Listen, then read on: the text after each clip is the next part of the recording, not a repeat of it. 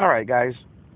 So I've had a couple people ask, how do I like the Mack truck? Um, they've asked some of the specifications on them, and would I recommend them? So,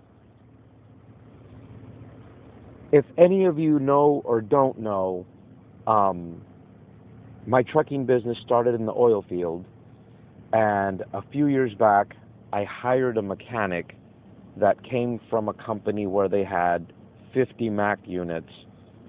And prior to that, I was buying trucks that were not emission compliant anymore in California, and I was getting them really cheap. Um, in some cases, I would pick them up knowing, they needed to have an in-frame done or whatever, which was no big deal because I had technicians that could do an in-frame. Um, an example would be a Detroit 12.7 60 series, the old school pre-EGR motors. I can purchase an in-frame kit for about 2,700 bucks. Send the head out to get done, a premium head job for about 700 bucks, and then get the injectors done for about 300 bucks a piece, plus about 40 hours labor in my shop, and I have a rebuilt motor.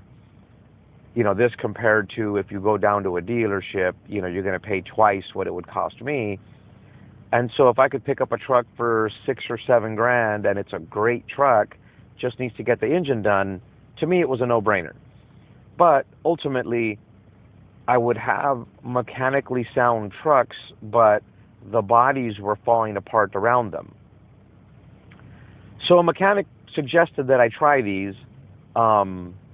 Personally, I never really thought they were a great looking truck. That's just my own personal opinion, right?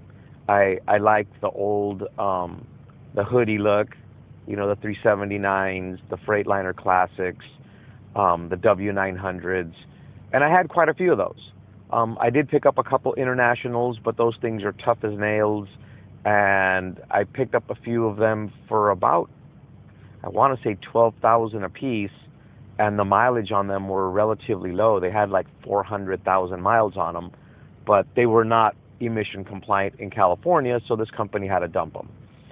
Anyway, I found this particular package. In fact, this is a picture I took the day we were there reviewing them, and I want to say they had 6 trucks.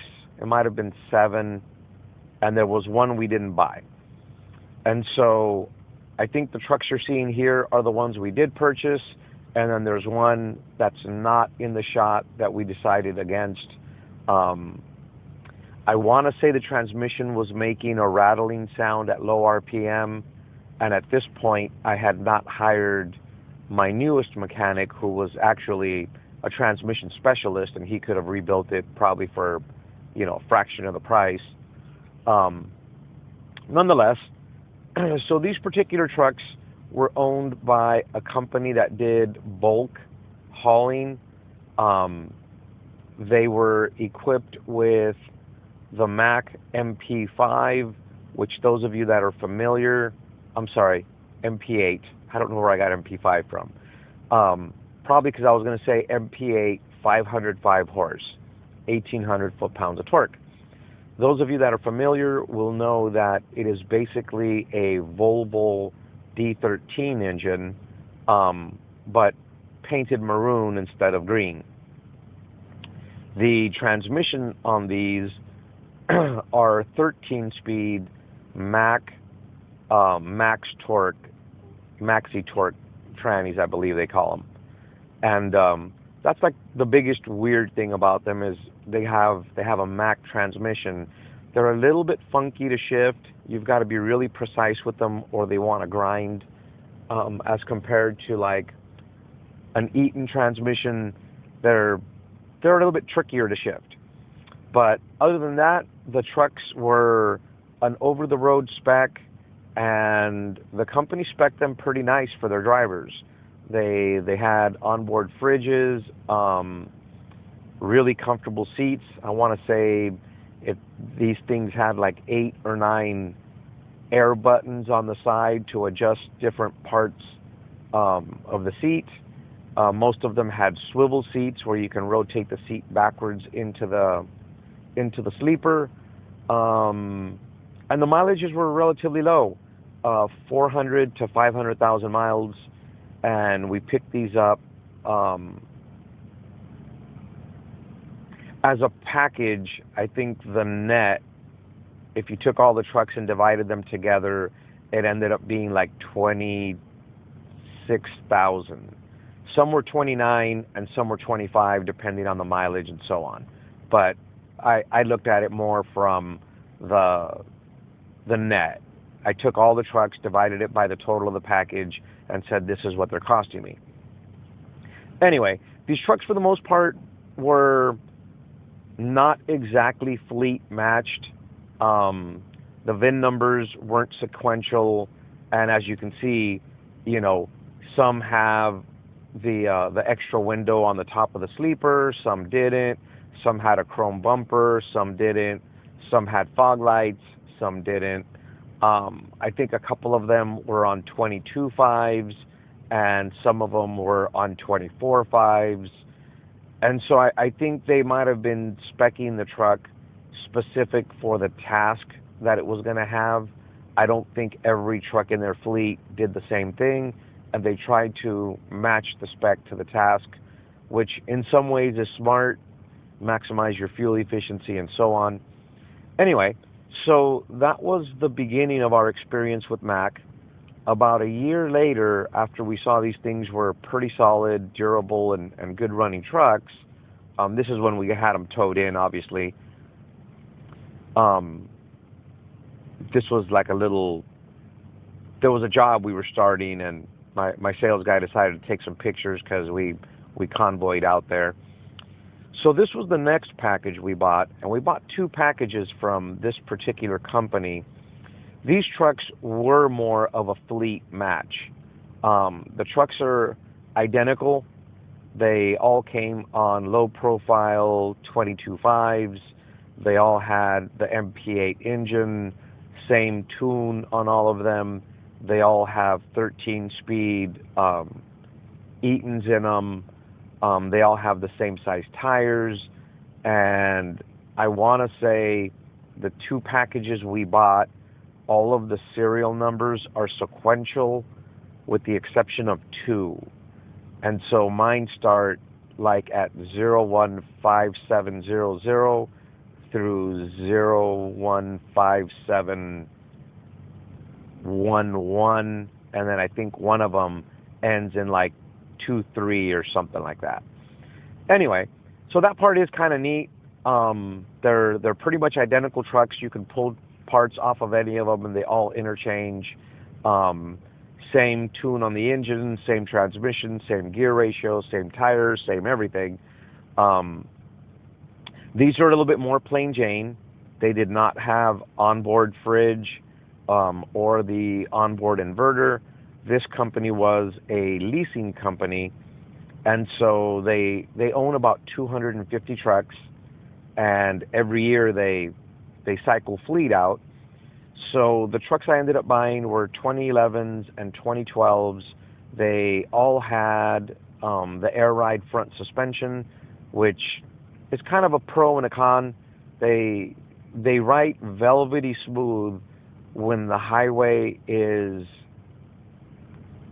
marginally rough, but when you encounter stuff that's, you know, a bigger bump, the suspension tends to bottom out easy, probably because it is so soft. And so I think the net result is the ride is a little rougher. On the one I'm driving, I actually repositioned the leveling valve and put a little more air in the system.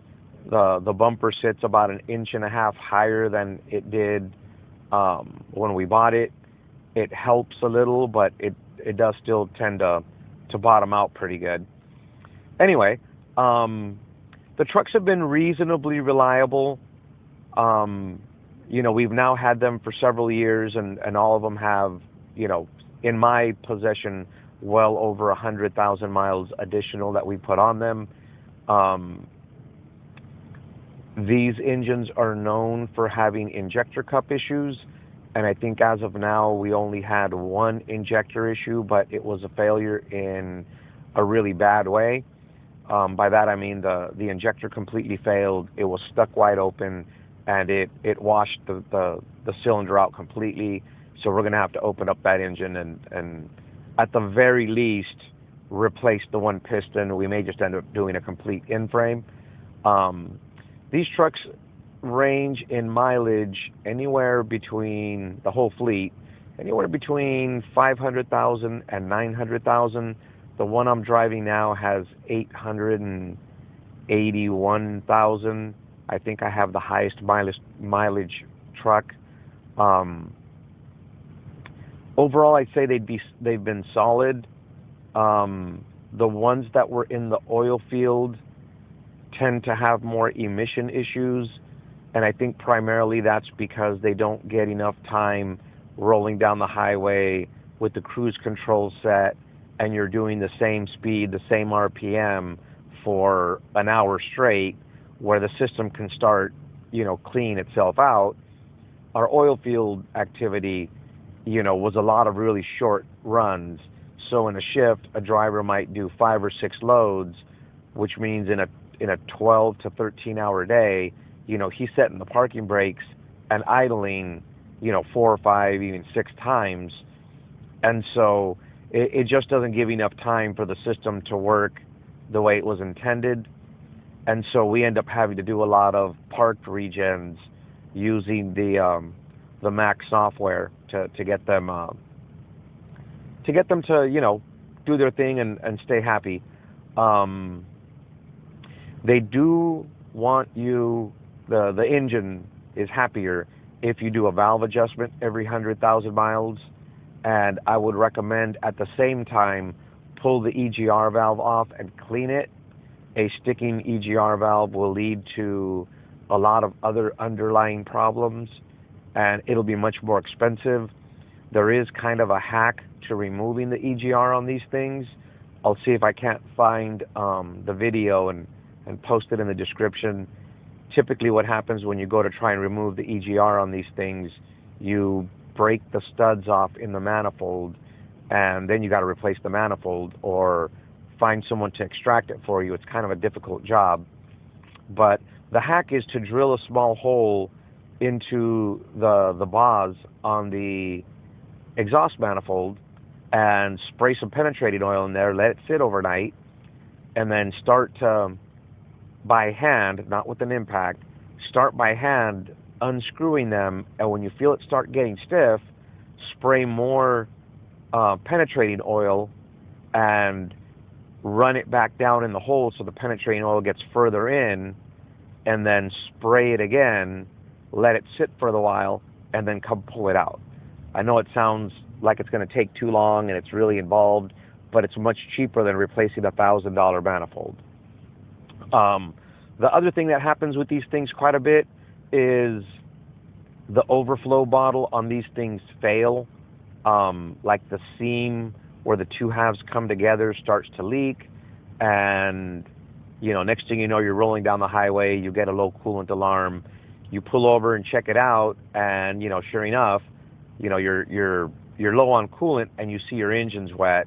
9 times out of 10, that's where it's coming from. And the part itself from Mack is pretty pricey. I buy these things from Amazon, and in fact I have one under the sleeper with me now, so if I happen to lose one, even though I just put one on about 8-9 months ago, I'm not waiting for parts. I can quickly grab one. Something that bit me last year is the leveling valve on these things are a Mack only part. There is a retrofit or an update. If I were you, I would definitely consider buying one. Again, find it on Amazon, order it, throw it under the sleeper. I sat for 5 days once with an Amazon load, stuck to the back of my truck, and I couldn't move until Mack tracked one down for me. Anyway, other than that, issues that happen with these things, for some reason condensation gets inside the headlights, and then come the next summer or dusty time, dust gets in there, and then it gets wet again, and now it becomes muddy, and the lights become a little bit dim. And so you can get these things on, again, Amazon. I'm not trying to be a commercial for them, but I think I paid like $220 for both left and right. You can replace them both in about half an hour, and the difference is pretty outstanding compared to when the old ones go bad. Yeah, other than that, they're pretty decent trucks. Again, my preferred ones would be with the Mack engine, the Eaton 13-speed, and the Eaton rear ends. I don't own any that have the pure Mack or the little gold bulldog, where it's a Mack engine, Mack transmission, and Mack axles. My mechanic that was familiar with them told me to stay away from those, just because in the future when you have to replace stuff, it's easier to find parts for the Eaton axle and the Eaton transmission, and so this package was perfect for us. The upside to buying from this particular fleet was they are owned by the local Mack dealership, and when I went to pick them up, they literally for each truck gave me an Excel sheet that had listed on it every single part that they put in these things. And so for us, that was kind of handy. But as you can see, these are a little bit more plain Jane. The first ones we purchased, they had a little bit more chrome on them. Some had the stainless steel visors, the chrome bumper. These had all aluminum wheels, versus the later package. You can't tell in these pictures, but well, here you can. They've got steel wheels, which, there's nothing wrong with them, but just from, a driver pride standpoint, I think the other ones look better. The blue stripe also goes with our logo. You can kind of see it there a little better. I think that's a little better look. Anyway, so as I stated, someone asked, actually I've had a couple people ask, one person right on one of my videos commented, "Hey, how do you like the Mack product?" And then another YouTuber just purchased one, and I kind of told him my experiences and what to look for. And so, he kind of asked, how many do I have, how many miles on them? And so I may put a link on his so he can see this as well. Overall, I've been pretty happy with them. Now that I'm doing more over the road and oil field has all but stopped for us, I do kind of wish I had a full high-rise with a double bunk and, more amenities. These, on purpose, I wanted them to be mid-rise, because the rocking back and forth in the oil field, we noticed with other trucks, whether it's a Kenworth, a Peterbilt, or a Freightliner, we did notice the bottoms of the cabs tend to get beat up pretty bad, because you're always off-road and the thing's just rocking back and forth. These didn't experience that the same way. There is a horizontal stabilizer bar. Its bracket would break in the oil field, but that was a very cheap repair as compared to fixing the base of the cab on a Freightliner, Peterbilt, or Kenworth. And so, like I said, now that we're over the road and not in the oil field, I do kind of wish we had something a little bit more, that had more amenities. These are a little bit on the plain Jane side, but then the flip side is, I haven't had to repair a dashboard on these things like I always seem to with the Freightliners. So there's pros and cons. Overall, I'm happy with the product. I think it does a good job. I think they're very stout, very solid. They the parts aren't as expensive as I thought they were going to be. In fact, a life hack, if you end up with one of these and it's a part that interchanges between Mack and Volvo, buy the Volvo brand part. They're usually cheaper. So, for example, if you go buy, I know this sounds dumb, but if you go buy a fuel cap and you get a Mack fuel cap as compared to a Volvo fuel cap, the Mack fuel cap will be $21 more than the Volvo. Same thing goes for the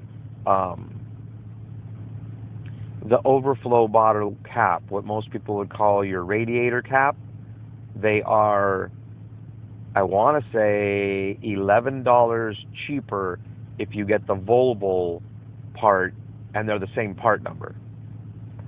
And so for some reason, the Mack parts are just a little bit more expensive, but if it's an interchanging part, you'll get it cheaper if you order it as a Volvo part. Anyway, I hope this video is informative for those of you that are curious, interested, or own Macks. I have a few of them. I have experiences with them. You know, I think the biggest fear or the biggest concern if you're buying one of these used is going to be injector cups.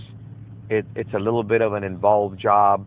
Basically, from the factory, they came out with brass injector cups, and over time, the injector cup separates from the face of the injector. In their infinite wisdom, Volvo did not put an O-ring there like most manufacturers do. There isn't anything other than the face of the injector sitting on the injector cup, and eventually a gap develops there, and then cylinder pressure makes its way into the area behind the injector cup, which ends up being a coolant passage, a coolant vase, I believe they call it, coolant jacket, sorry. And what ends up happening is it starts to blow compression into your cooling system, and then your cooling system will start to blow coolant out of your overflow bottle on the overflow valve on the driver's side. That'll be your first telltale sign that you may have an injector cup issue. And so the way to determine that at that point will be to do samples of your coolant, samples of the oil, send it out, and if you get fuel coming back, then most likely you need injector cups done. Mack sells what they call a 6-pack. I want to say they're like $2,500 for 6 injectors and injector cups. The upside is, you know, if you know someone that's really good with Volvo engines, you know, it's the same engine, they can do it for you. If you go to a Volvo dealer or a Mack dealer, it is going to be pricey. These engines are a little bit on the rare side, so I'd be a little bit careful about taking it to, you know, I'm not trying to be mean, but taking it to a shady tree mechanic. You know, if they don't get it right, it's kind of labor intensive, because they need to get at the injectors, you got to pull everything off the top. So it's not just the valve cover. You know, you've got to take the rack off to get the injector out. The upside is once you get the injector in, your rack is going to be adjusted, and so you're going to notice a newfound smoothness and fuel efficiency come back from the engine. These things do run very fuel efficiently when they're properly tuned and everything's working correctly. Under the right conditions on flat level ground, I can do just under 8 miles to the gallon, grossing over 75,000 pounds, doing between 65 and 67 miles per hour. If you hit that 70 to 75 mile an hour range, the fuel efficiency suffers. You end up being down just under 7, in the 6s somewhere. It just takes a lot more. It takes a lot more oomph to pick up that extra mileage speed-wise. If you're trying to run 70, 75, you're going to pay for it in fuel consumption. If you can keep your foot out of it, try and run under low boost conditions, and at least for these trucks, the sweet spot seems to be like 67 miles an hour. I know some of you are thinking, yeah, you're just in the way when you're doing that. I do stay in the right-hand lane at that speed, and I usually run at that speed on short hauls where I can make it from one day. In other words, if it's like a 500-mile haul or less, and my unload time isn't till 24 hours away anyways, I'll run slower and conserve the fuel. If it's a load like this weekend where I'm going to have a reset anyways, and it doesn't make sense to try and run 75 because I'm still going to just sit at a truck stop, then it doesn't make any sense to burn the extra fuel. If I save myself on a 1,000-mile run, $150 in fuel, that's $150 in my pocket. So, if that means you got to go around me on the left-hand side, then you're going around me. Unless you want to buy me a steak dinner, then I'll speed up and keep up with you. Anyways, that's kind of it in a nutshell with these trucks. I've been pretty happy with them. They're 2011s, 2012s, and I think I got one 2013. I think that's the oddball one that's serial numbers not lined up. But other than that, they've been pretty good. For oil field, I would definitely buy more. I'm planning on expanding the over-the-road side, and so I may be looking at a different brand. My kid brother went to work for a Peterbilt dealership, and so there's a certain amount of support I can get from him just by calling him on the phone, and so maybe finding myself a used Pete that's worth the investment, might go that route. But anyways, that's it for these things. I just wanted to kind of present that. As always, thanks for watching.